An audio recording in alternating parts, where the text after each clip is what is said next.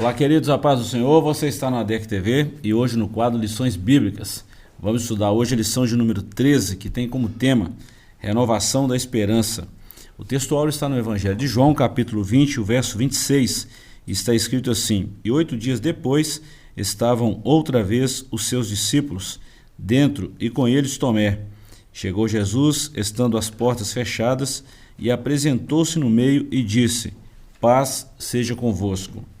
Verdade prática: a ressurreição de Cristo representa o ápice da esperança cristã. A leitura bíblica em classe está no Evangelho de João, capítulo 20, versículos 19, 20 e 24 a 31.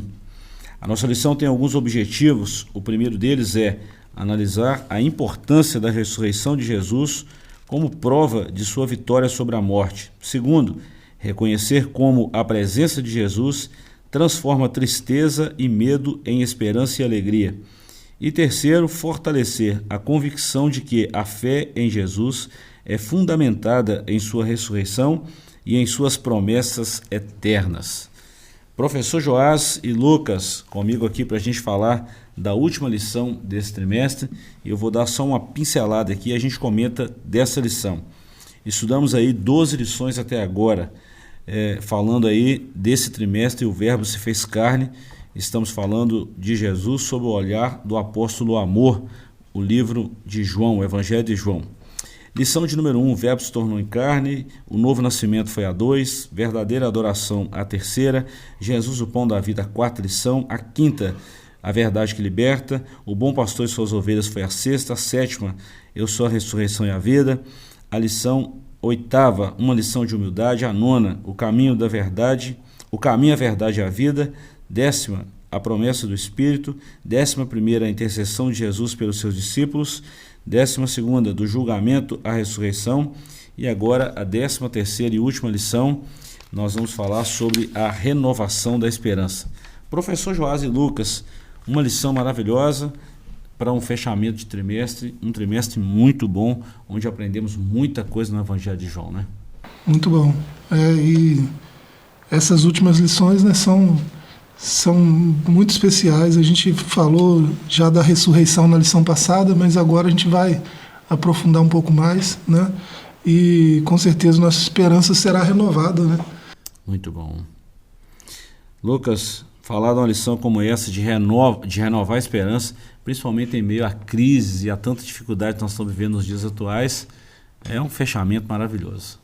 O título que o comentarista dá, né, Renovação da Esperança, ele combina perfeitamente tanto com o relato de João 20 quanto com o contexto da época, né? Porque se a gente for pegar a situação religiosa da época, né, o povo estava literalmente sem esperança de nada, né? Só que com a vinda do Messias, né, foi renovada essa esperança, a promessa se cumpriu, aquilo que foi profetizado pelos profetas se cumpriu. E no relato de João 20 também, né, a gente vê primeiro a Maria Madalena chegando desacreditada, chegando para embalsamar o corpo de Jesus, chega lá, vê o sepulcro vazio e talvez não tenha percepção que, né, ela não tinha percepção que Jesus tinha ressuscitado, achou que talvez alguém tinha roubado, levado o corpo dali. Só que, né, o capítulo termina com a esperança renovada, né, a Maria Madalena consolada, né, o Tomé, que a gente vai estudar, que estava duvidoso, tendo a sua fé renovada também, né, confessando a Cristo. Então, o Evangelho de João, ele culmina nisso, ele fecha nisso, né, com a esperança sendo renovada por conta da ressurreição de Cristo. Bom, falando da introdução, professor, é muito legal a gente remontar aí, o Lucas remontou assim de uma forma bem sucinta o fator histórico, né? As profecias que apontavam para Jesus, o cumprimento dessa profecia. Então houve um renovo da esperança, né? Durante todo o tempo, Deus renovando a expectativa e a esperança através dos profetas. Quando Jesus nasce, esperança concretizada. Teve o ministério de Jesus morreu, uma grande parte ficou frustrada, assim, puxa vida, ele morreu, mas esqueceu que ele iria ressuscitar, né? Então veio aquela tristeza. Quando Jesus ressuscita e aparece os discípulos e reforça o que já havia sido profetizado acerca dele e mostra as evidências de fato ali da ressurreição, pronto, a esperança foi renovada e o povo seguiu em frente e a igreja não parou mais.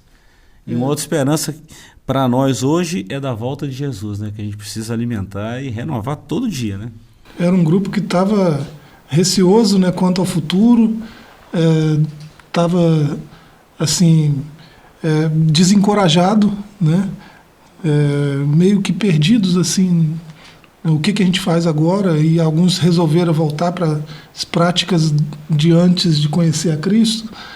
Então a ressurreição e a aparição de Jesus a eles, né, trazendo essa renovação que a gente está falando aqui, com certeza trouxe nova força, novos ânimos, né? Trouxe a esperança de volta, estabeleceu uma escatologia mais correta, mais precisa, né? Ouvindo do próprio Senhor ressuscitado, e essa esperança nos acompanha até ainda hoje, né? 2000 anos depois, e nós percebemos, né, que as promessas que ele fez, né, estão cada vez mais vivas, cada vez mais fortes, e a sua vinda não demora muito, como alguns tão desesperançados quanto a isso, né, como estavam aqueles discípulos, né? Alguns acreditam que não é bem assim como a gente ouviu, né? Nossos avós já tinham essa coisa de que Jesus volta logo, então a gente não tem tantas razões para crer que é assim mesmo. Tem aí a teologia liberal, tem aí um monte de ideias novas, né, atuais sobre escatologia, que não são muito bíblicas, né, mas olhando para a ressurreição de Jesus, olhando para esses fatos que a gente está vendo aqui na lição 13, a gente também pode ter nossa esperança renovada. Beleza, professor. Nesse caso, o que a gente pode falar também, né? Uma vez dando uma aula no nosso IBAFEC, alguém trabalhou essa questão da volta de Jesus, dessa segunda fase da volta de Jesus, né? E a gente sabe disso muito bem, não é hora para a gente falar desse fator escatológico. E ela foi questionada, esse aluno foi questionado por uma pessoa, falou assim: vocês acreditam mesmo? E ele trouxe isso para a sala de aula e falou assim: rapaz, preste bem atenção, a parte mais difícil do cumprimento da profecia, que era a encarnação do Verbo, a sua paixão, morte, a sua obra, a ressurreição, Deus cumpriu isso aí. Você não acha que a parte mais fácil, que é ele voltar para buscar a sua igreja, não vai cumprir? A parte mais pesada da profecia já foi cumprida. Observa isso. A parte mais dolorosa, mais difícil do ministério terreno de Jesus foi cumprida. Ele voltar para buscar a igreja, você não acha que isso vai acontecer? E aí a gente expôs esses fatos que nós vamos estudar hoje. O tanto que é importante. Todas as profecias do Antigo Testamento a respeito de Jesus, falamos muito delas na lição passada, elas se cumpriram em Jesus e na ressurreição. Cumpriu tudo no ministério de Jesus. Espera aí, será que essa agora, dessa esperança, isso não vai se cumprir? É só questão de crer, né? E a gente precisa ter essa esperança renovada. Jesus ainda falou de uma alegria, né, que nós temos, que nem esses apóstolos aí tiveram, né? Ele fala que bem-aventurados os que não viram e ainda assim creram. Então a nossa alegria é completa em Cristo, porque a gente tem essa esperança. Verdade. Vamos lá, capítulo 1, a aparição de Jesus Cristo. O ponto 1, Pai seja convosco. 2, registro das aparições de Jesus ressurreto. E ponto 3, preciosas lições. Deixa eu ler aqui 3 parágrafos e a gente fecha esse primeiro bloco, trazendo aqui essas evidências. Na segunda vez que Jesus se revelou aos seus seguidores, tanto homens quanto mulheres, o ambiente era diferente. O sepulcro continuava vazio e os discípulos, ainda receosos, permaneciam escondidos dos olhares dos trausentes do lado de fora da casa onde estavam reunidos, com portas e janelas fechadas. Esse fato está em João 20:19. Era uma habitação em algum ponto da cidade de Jerusalém. Já não era mais de madrugada, no primeiro dia da semana, mas sim à tarde daquele mesmo dia em que Maria Madalena comunicou aos discípulos que tinha visto e falado com Jesus ressuscitado. No entanto, eles mostravam ceticismo quanto à afirmação de Maria Madalena sobre ter encontrado com Jesus vivo. Nesse interim, Jesus aparece e fala: Pai seja convosco. Vamos lá aos registros das aparições de Jesus ressurreto.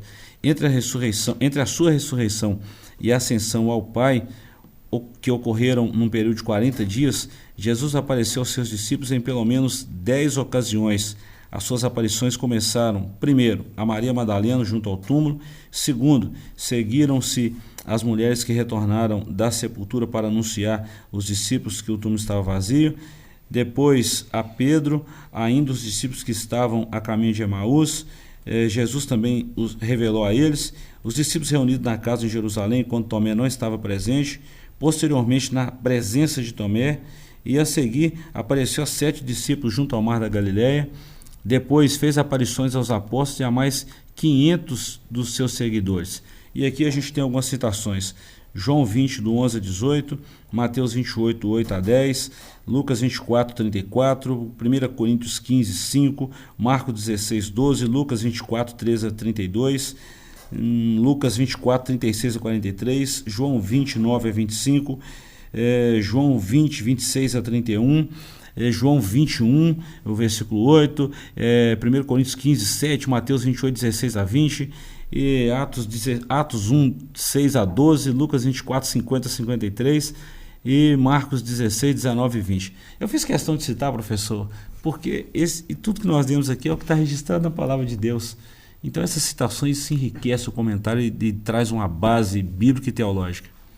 Sim, lá em 1 Coríntios 15 ainda fala que ele apareceu ao meu meio-irmão de Tiago, né? Que é bem provável que é quem escreveu aquela carta lá, né? A carta universal. Então, são só nessas passagens aí, né, nos relatos dos evangelhos, são centenas de testemunhas. Então, você pode inventar alguma história, né, e manter essa história viva no meio de um grupo de 3, 4 pessoas, né, e aquelas pessoas confirmarem isso ao longo do tempo, mas em algum momento, pelo menos um deles vai se contradizer, porque não dá para inventar uma história tão grande assim, né, e manter os detalhes todos preservados. Então, a ressurreição não é uma história inventada, a gente sabe disso pelo relato das testemunhas. Né? O mais cético dos homens, quando lê esse registro histórico, né, deve colocar a própria consciência à prova. Peraí, são centenas de testemunhas. Se você lê o discurso de Pedro lá, né, em Atos 2, que ele fala que todos nós vimos o Cristo ressurreto, né? Todos nós vimos, todos nós testemunhamos. E você vê ali 3.000 conversões. Então, peraí, Pedro está dizendo que todos ali viram. Então são milhares de testemunhas. Então como que milhares de testemunhas deram o mesmo relato sobre o mesmo evento e ninguém se contradisse, ninguém foi contestado, né? Ninguém foi assim desmascarado por ter inventado uma história muito mirabolante. Então, fora isso, né? Isso é para os mais céticos, né? A gente crê pelo que a gente vê na palavra, pela nossa fé, pela transformação interior que nós mesmos sofremos, né, no contato com Cristo, com a verdade da Escritura, né? Tem o testemunho do Espírito Santo, a obra do Espírito Santo em nós e no nosso meio, que testemunha isso também, né? A gente tem outros testemunhos da ressurreição de Cristo, mas há esse registro histórico que não pode ser ignorado de jeito nenhum. E sem contar que o Espírito de Deus comunica com o nosso Espírito essas coisas de Deus também. E além do registro histórico, se a gente for procurar aí evidências em outras ciências, nós vamos achar inúmeras aí. Nós estamos falando da Bíblia, mas se a gente for procurar em outras ciências, nós vamos achar inúmeras, né, professor? Lucas, se tratando aí dessas preciosas lições também, né, que já é o ponto 3, Paulo falou o seguinte, 1 Coríntios 15, 14, se Cristo não ressuscitou, logo a nossa fé, logo é vã a nossa pregação e também é vã a nossa fé. E se a gente olhar para Atos 13, a primeira pregação de Paulo, na sua primeira viagem missionária, foi de Cristo e o Cristo ressuscitado. Esse fator espiritual dessas aparições de Jesus, ele é bastante interessante também, né? Porque Jesus ele poderia ter aparecido para Pilatos, poderia ter aparecido para o chefe dos sacerdotes. Olha só, vocês acharam que acabaram comigo, mas eu estou aqui ressurreto. Mas ele vai aparecer logo para Maria Madalena, né, que as mulheres na época não tinham tanta voz, né, se a gente for pegar o contexto da época. Apareceu depois para aqueles 2 discípulos a caminho de Emaús, depois apareceu para os 11, né, depois de forma mais específica confrontou Tomé, né, o Meyer Pirma, ele, ao analisar João 20, ele escreveu uma frase muito interessante, né, que a nossa necessidade atrai a graça de Deus, né, e nessas aparições a gente vê diversas necessidades. Maria Madalena estava em prantos, os discípulos estavam duvidosos, com medo, Tomé não estava nem crente, né, aqueles 2 discípulos a caminho de Emaús também estavam sem esperança, né, achavam que tudo tinha acabado ali. Só que a aparição do Jesus ressurreto renovou neles a esperança, né? Era a necessidade deles e a graça de Deus supriu aquela necessidade. E do mesmo modo isso aplica a nós, né? A nossa maior necessidade, que era a necessidade de salvação, a ressurreição de Cristo aplacou essa necessidade, né? A gente precisava de um mediador. E o fato de Jesus ter se entregado e ressuscitado aplacou essa necessidade nossa. E hoje também a graça de Deus, ela aplaca as nossas necessidades justamente pelo fato de que Cristo ressuscitou, né? Os outros mestres aí das outras religiões não têm esse poder, mas o Jesus que nós servimos não está morto, ele ressuscitou, ele opera ainda nos dias de hoje. Amém. Agora, para quem tem dúvida em relação se Jesus ressuscitou ou não, os céticos aí, no final da grande tribulação vai ter todas essas dúvidas excluídas, né, professor? Quando ele voltar, tem uma profecia de Zacarias 13:6, né? E se alguém lhe perguntar que feridas são essas nas suas mãos, ele vai responder: são feridos com o que foi ferido na casa de meus amigos. Principalmente os judeus, e quem estiver lá no final da grande tribulação. E sem falar que eu não me lembro se é Romanos ou é o escritor aos Hebreus, que diz que não, todos serão indesculpáveis. Romanos. Romanos, né? Então, 16, 18. não vai ter desculpa para... Não, é porque foi bem assim, eu não entendi direito. Não vai ter desculpa, né? O testemunho é muito amplo, né? E assim, não dá para se esquivar, né, dessa esperança que nós estamos falando aqui. E outro tempo depois, professor, para a gente fechar esse primeiro bloco aqui, Lucas, e professor, tempos depois, digamos assim, 40 dias depois da ressurreição, Jesus aparece, sobe ao céu, ele ascensa ao Pai. Mas alguns anos depois, ao primeiro mártir ali, vamos falar assim, da igreja primitiva, que Estevão. O capítulo 7 de Atos, ele mostra, dá um relatório de Moisés até Jesus. Gente, como é que vai falar com tanta precisão se aquilo for mentira, for alguma coisa montada? E no final ele fala: eu vejo o Filho do Homem está à direita do Pai. Mais tarde você vê Paulo tendo a visão também, depois de 14 anos aí, depois dele converter, ele fala isso em 2 Coríntios 14, ele fala: conheço um homem que há 14 anos, se na carne, não sei se no espírito, não sei, ele ouviu coisas inefáveis que o homem comum não é lícito falar. Ele teve um testemunho direto de Jesus ali, indo para Damasco, no capítulo 9 de Atos, repete isso no capítulo 22 e 26 na sua defesa. Gente, nós estamos falando de tempos depois. Então, tem muitas evidências bíblicas aí da ressurreição de Jesus, isso é fato. Tá aí uma pregação, né? Coisas de pregadores, né? Às vezes já ouvi alguns dizendo que talvez haja um telão lá no céu, que mostra, né? Mas assim, falou, né? Já pensou se tiver um telão? Eu gostaria de ver essa pregação de Estevão, né? Deve ter sido uma coisa extraordinária, né?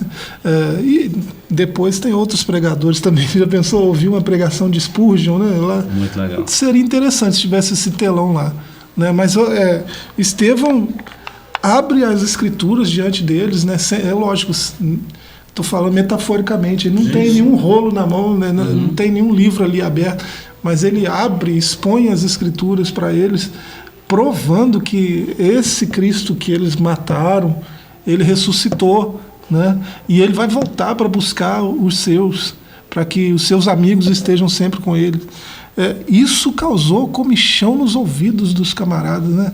Porque eles estavam mergulhados num contexto cultural, social, né, filosófico, que estava muita coisa, muitas ideias misturadas, né, e já tinham perdido a essência da Torá, dos profetas, dos escritos, já tinham perdido esse sentido.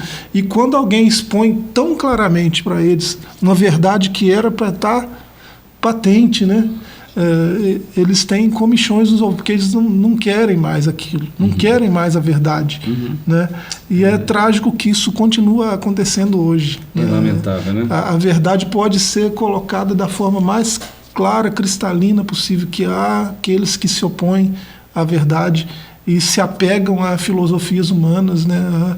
a ideias, seja de filosofia, seja de religião mesmo, de teologia, que são puramente humanas, né? E abrem mão da verdade que é a teologia bíblica. Né? O que a Bíblia está dizendo que é assim que é. E ponto, né? Bom, para a gente fechar esse primeiro bloco aqui, Lucas, não tem o que contestar sobre a ressurreição e as aparições de Jesus, né? E o outro detalhe também é que os discípulos, né, principalmente os apóstolos, eles foram martirizados por causa disso. Né? Ninguém aceita ser martirizado por causa de uma mentira, de um devaneio. Então, quando eles aceitaram ser perseguidos, ser maltratados, né, serem martirizados, é porque eles tinham plena certeza naquilo que eles estavam pregando. Convictos, né? Então, isso é mais um ponto aí, mais um aspecto, né, que apresenta essa veracidade da ressurreição. Não que a gente precise disso, porque a nossa fé entra em primeiro lugar, mas para os céticos de plantão, né, tem aí um ou outro mais fanático poderia até fazer isso. Não, nós inventamos essa história, eu vou levar até o fim. Agora, uma multidão, né, uma multidão, isso é cientificamente impossível. Né? A ciência comprova isso, a ciência forense, a ciência, né, a história, a historiografia, isso é muito contra-científico, contra-intuitivo, né? As coisas são assim, né? Ninguém dá a vida por uma mentira, a não ser que seja um fanático ou que não esteja no uso pleno das suas atividades mentais, né? da sua cognição, né? Não vai fazer isso, né? Alguém em plena consciência, né? Como era o caso aí, o cara estava pregando. Sim. Né? O cara estava expondo textos difíceis e explicando aquilo. Né? Ele estava plenamente consciente. Né? E por uma mentira, ele ia entregar a vida assim, abrir mão da vida por uma mentira. Ninguém faz isso, não. Dá uma segurada aí, professor e Lucas. Nós vamos para um pequeno intervalo, voltamos já já com o segundo bloco dessa lição maravilhosa. E tem muita coisa boa vindo por aí. Voltamos já já.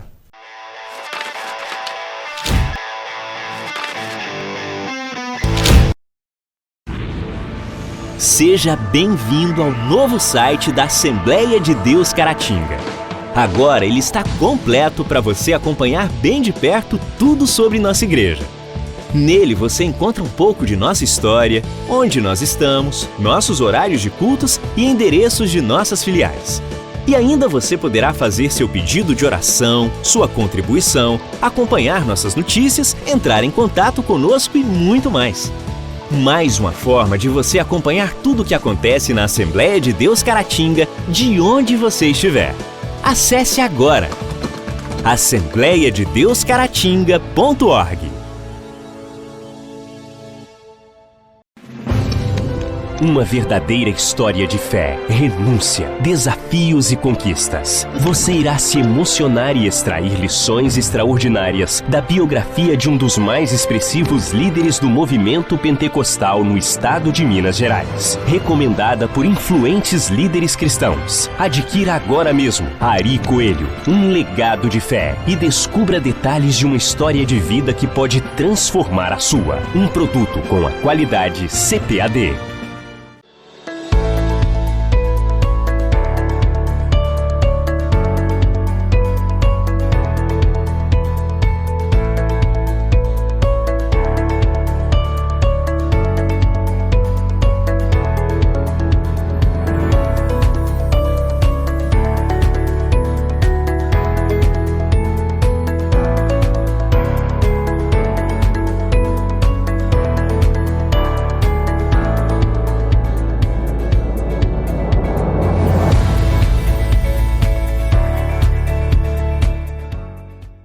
do leste de Minas Gerais de maneira presencial, o Instituto Bíblico Ari Ferreira Coelho agora também é IBAFEC EAD.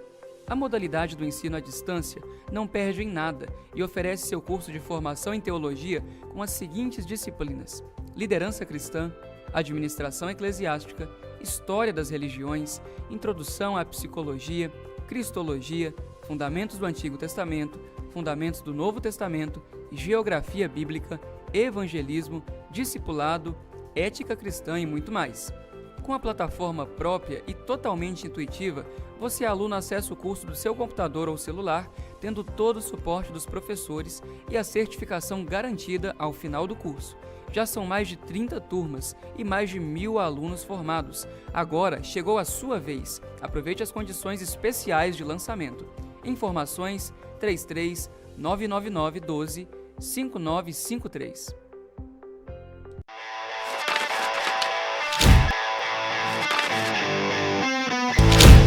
Estamos de volta com o seu ADEC TV e hoje nós estamos estudando a última lição desse trimestre, Renovação da Esperança. E agora a gente vai falar do capítulo 2 e 3 para fechar aí a nossa lição. O capítulo 2, a aparição de Jesus, esperança e plena alegria. Ponto 1, o medo deu lugar à esperança. Ponto 2, a tristeza deu lugar à alegria. E ponto 3, esperança e alegria.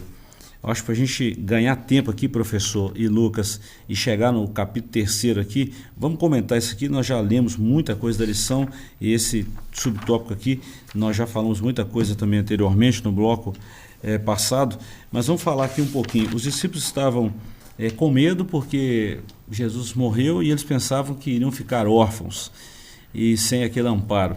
Mas o próprio Jesus falou mesmo no Evangelho de João: eu vou para o Pai, mas eu vou enviar o outro Consolador, o Paráclitos, da mesma essência, mesma natureza, também é Deus, e ele vai estar com vocês. E mesmo assim eles ficaram com medo, né? E daí a pouco, tristes também. E daí a pouco, quando Jesus ressuscita e aparece, a alegria veio, a esperança veio, o medo foi embora e a igreja seguiu e está até hoje. Isso é muito bom, né? Esperança renovada, né? Muito bom.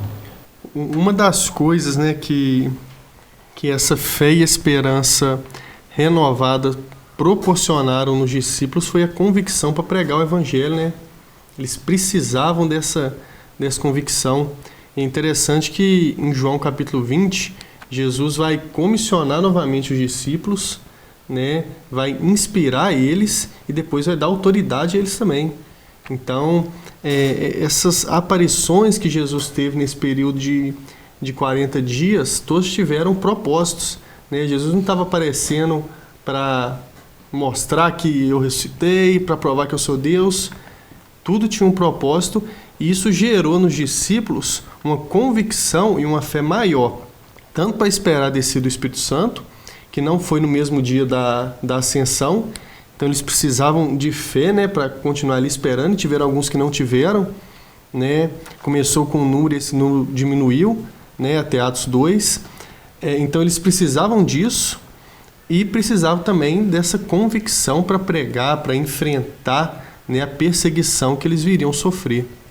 Um fator muito interessante, professor, que alegria, medo, tristeza, esperança não é algo externo, é algo interno que precisa se materializar para que algo seja feito. Por exemplo, se eu estou com medo, se eu estou triste, ou se eu estou alegre, ou se eu estou sem esperança, é algo que reflete no meu interior. Por que eu estou dizendo isso? Porque a ressurreição de Jesus e os feitos de Jesus, eles começam, tanto a ação do Espírito Santo, começam no nosso interior e reflete no exterior. Por que a igreja prega o Evangelho? Porque a igreja é salva, porque a igreja tem uma expectativa, porque a igreja tem uma esperança, porque a igreja tem um objetivo. Esse é o ponto. E qual é o Evangelho que nós pregamos? Falamos da vida de A ou B? Não. Falamos de alguma coisa que a igreja tem feito? Não. Falamos do que Cristo fez. O Evangelho precisa ser cristocêntrico. Sendo assim, a igreja sempre vai avançar. E é o que aconteceu com eles. A esperança foi renovada, o medo foi embora, a tristeza foi embora, e a esperança e a alegria permaneceram e está até hoje na vida da igreja. Pelos registros, né, históricos aí, a gente, até pelo relato dos evangelhos e Atos também, né, a gente percebe que havia muita confusão teológica, né, naquela época. E se a gente olhar um pouquinho para a história do povo de Deus, né, principalmente no período interbíblico, a gente vai ver, por exemplo, o porquê daquela confusão teológica tão grande, principalmente com respeito à escatologia, né? Havia disputas entre os grupos, né, entre as seitas judaicas, né, saduceus, fariseus, cada um acreditava numa coisa. Tinha os erogianos, os zelotes, tinha grupos, né, divididos na sua teologia. E assim, nesse momento, assim que Cristo morreu, o desespero, né, tomou conta até dos apóstolos, porque não estavam entendendo por causa dessa teologia estranha. E aí a gente... Por que está falando isso, né? É porque o senhor acabou de falar, a gente precisa ter um foco, né? E o nosso foco precisa estar na verdade. A verdade está na Escritura, né? E assim, se a gente tiver esse apego à verdade da Escritura, né, se a gente tiver esse respeito à revelação maior de Deus, a probabilidade de cair em enganos, né, em teologias controversas, né, é menor, porque nós estaremos bem assim, fundamentados na nossa fé, para começo de conversa, né? Então, a teologia que era comum, né, no meio daquele povo na época era contrária à ideia de morte e ressurreição. Não acreditava. Porque, como tudo naquela época, né, tudo foi contaminado pela cultura helenística, pela filosofia grega principalmente, né? E a filosofia grega é teológica, essencialmente na sua maior parte.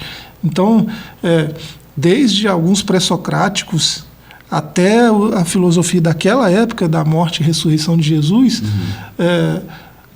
a crença na ressurreição é muito pouco provável, né? E muito pouco aceita. Você vê até filósofos estoicos, como Sêneca, por exemplo, falavam até de uma imortalidade da alma. Sim. Então, peraí, se a alma é imortal, quer dizer que, né, há uma probabilidade do que ele está falando fazer sentido? Não, porque o próprio Sêneca falava da imortalidade da alma, mas num sentido assim de que quando eu morrer, a minha essência, a minha alma vai deixar esse corpo e vai voltar, vai ir para um plano espiritual, aí vai voltar para onde ela veio, né? Então não tem chance dela voltar de novo, né? Há outras filosofias reencarnacionistas que vão dizer outra coisa, mas era esse tipo de filosofia que tinha naquela época, e alguma coisa disso ainda tem até hoje, né? Então, quando Jesus falou que isso ia acontecer, ele falou para eles. É só ler lá Mateus 28 em diante, só ler as últimas palavras dele com os seus discípulos. Ele falou que ia acontecer, que ele ia ser martirizado, que ele ia ser entregue para os gentios, eles iam zombar dele, ia ser entregue para os mestres da lei, eles iam crucificá-lo, né? Mas ao terceiro dia ele ia ressuscitar. Ele falou isso para que se cumprissem as profecias, como Salmos 16:10 e tantas outras profecias de Isaías, de todos os profetas, né? E até antes disso, né? Gênesis. Então, tudo isso aí é cumprimento de algo que já estava escrito, Deus já tinha falado antes que isso ia acontecer, né? Por isso que a gente lembrou o discurso de Estevão, que foi tão interessante. Muito bom. Né? Quando a gente fala isso, professor, eu volto a falar da importância do conhecimento da palavra de Deus, Lucas, da pregação bíblica, de uma pregação cristocêntrica. A igreja precisa ter esse foco. Nós, pastores, obreiros, nós precisamos ter esse foco, de conhecer a Escritura, professor. O tanto que isso é importante para a igreja hoje. Maria Madalena, Pedro, João, eles chegaram no sepulcro vazio e o que deveria se criar neles é um sentimento de esperança.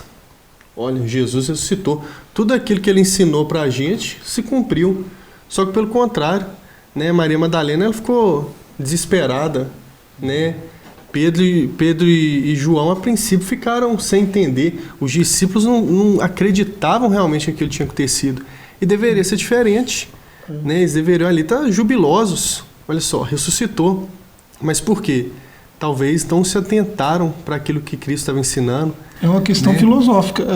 Às vezes a nossa filosofia, a nossa forma de enxergar as coisas, de experimentar o mundo, os conhecimentos que o mundo entrega para a gente, às vezes isso nos atrapalha na nossa fé. Né?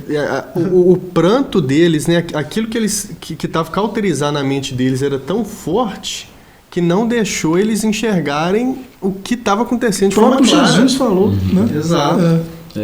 Observa os dois discípulos de Emaús. Pedro e João, é muito interessante. Pedro e João também, né? Os dois vão correndo para o sepulcro. Né? Ressuscitou, vão correndo para lá, e os dois vão correndo. João chega primeiro, por que ele não entra? Talvez por hierarquia, né? Talvez entendesse que Pedro, sendo mais velho, né, teria primazia. Talvez. Né? Talvez, né? Mas eu não sei se é isso. É interessante também que nesse relato de João 20, né, o próprio João, né, ele vai usar o verbo viu 3 vezes. Pedro e um outro discípulo. Né? Ele vai usar o verbo viu 3 vezes. Na primeira, né, se referindo a ele, e aquele outro discípulo viu, né, mas não entrou, né, ele não chegou a entrar no sepulcro. E o verbo que ele vai usar no grego dá a ideia de espiar, tipo assim, né, de ver de relance. Assustado. Agora, quando ele fala que Pedro viu, ele vai usar outro verbo, não é o mesmo. E esse verbo dá a ideia de observar. Então Pedro chega depois, entra, observa. Só que só no terceiro, se referindo a ele de novo, aí ele vai usar outro verbo, né, para a mesma palavra, para viu.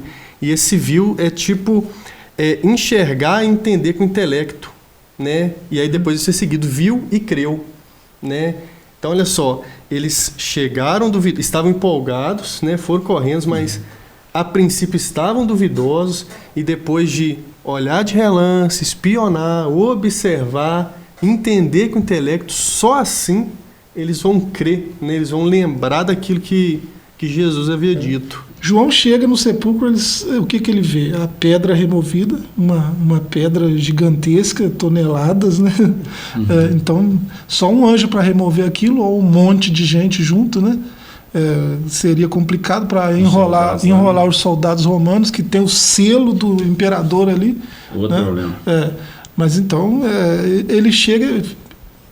Ele tá olhando meio que igual mineiro, né? Desconfiado, assim, cismado, né? Espiando, né?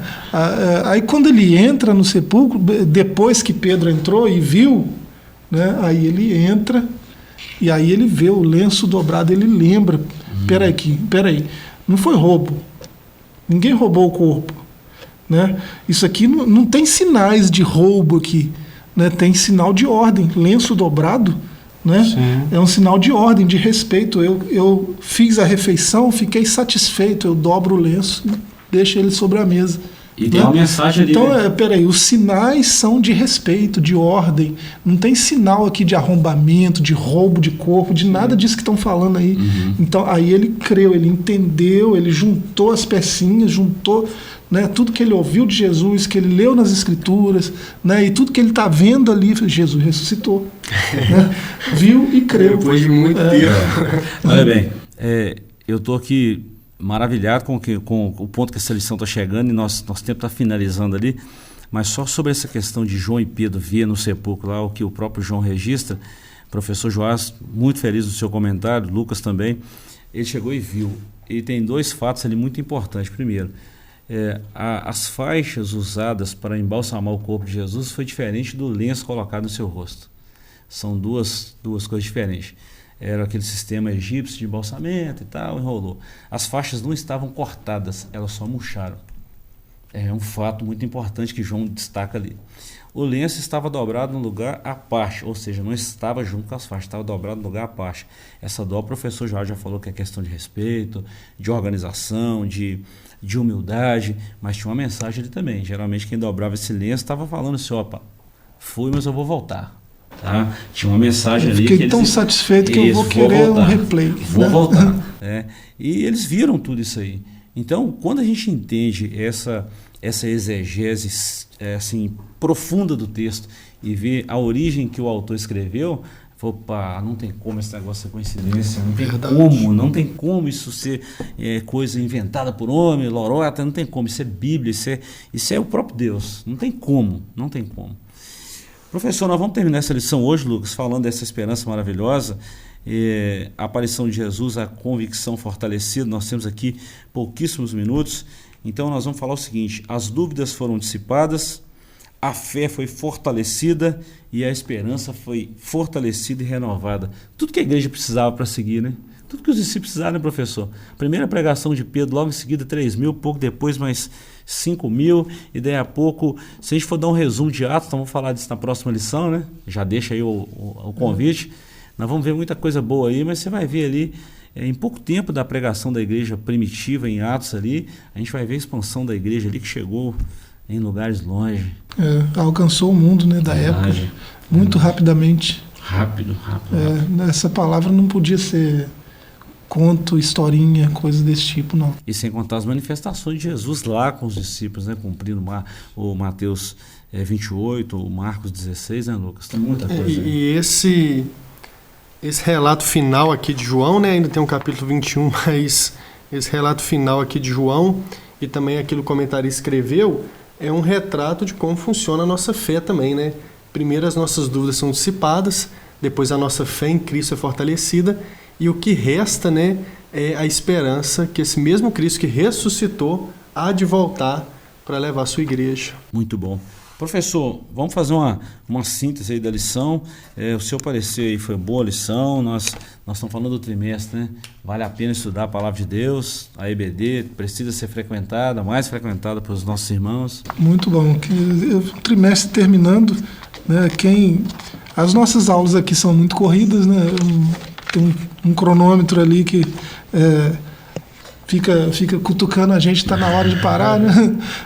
Mas nas classes, né, nas salas de EBD, né, nas ADECs espalhadas por aí, a gente sabe que tem professores muito bons, muito capacitados, e com certeza foram aulas muito mais dinâmicas, muito mais extensas, né, um tempo muito mais bem explorado do que o que a gente tem aqui. Então, se o que a gente falou aqui com tão pouco tempo foi algo muito edificante, né, e fé restaurada, esperança renovada, né, fortalecimento espiritual, imagina na sala de aula, né, que o professor tem mais tempo para debater, conversar com os alunos, com certeza, bênção pura. Muito bom. Lucas, o trimestre está finalizando, está vindo outro aí, vamos falar sobre o livro de Atos, né? Maravilhoso, né? Muito bom. Continuar estudando, né, sobre a obra não só de Jesus, né, e também da igreja, né, agora mais específico daquilo que os discípulos fizeram, né, após a ascensão. E a conclusão que pode ficar dessa lição, eu creio que é a mesma que João, né, concluiu no versículo 31 do capítulo 20, né? Estes, porém, foram escritos para que creiais que Jesus é o Cristo, o Filho de Deus, e para que, crendo, tenhais vida em seu nome. Muito bom, muito bom. Bom, obrigado, professor, obrigado, Lucas. Ficamos por aqui com mais essa lição, estamos finalizando o trimestre. E próxima aula nós vamos falar de uma nova lição, vamos estudar o livro de Atos, considerado pelos teólogos o quinto evangelho, e nós queremos ter a sua companhia. Muito obrigado pela companhia de sempre, Deus te abençoe e até a próxima aula.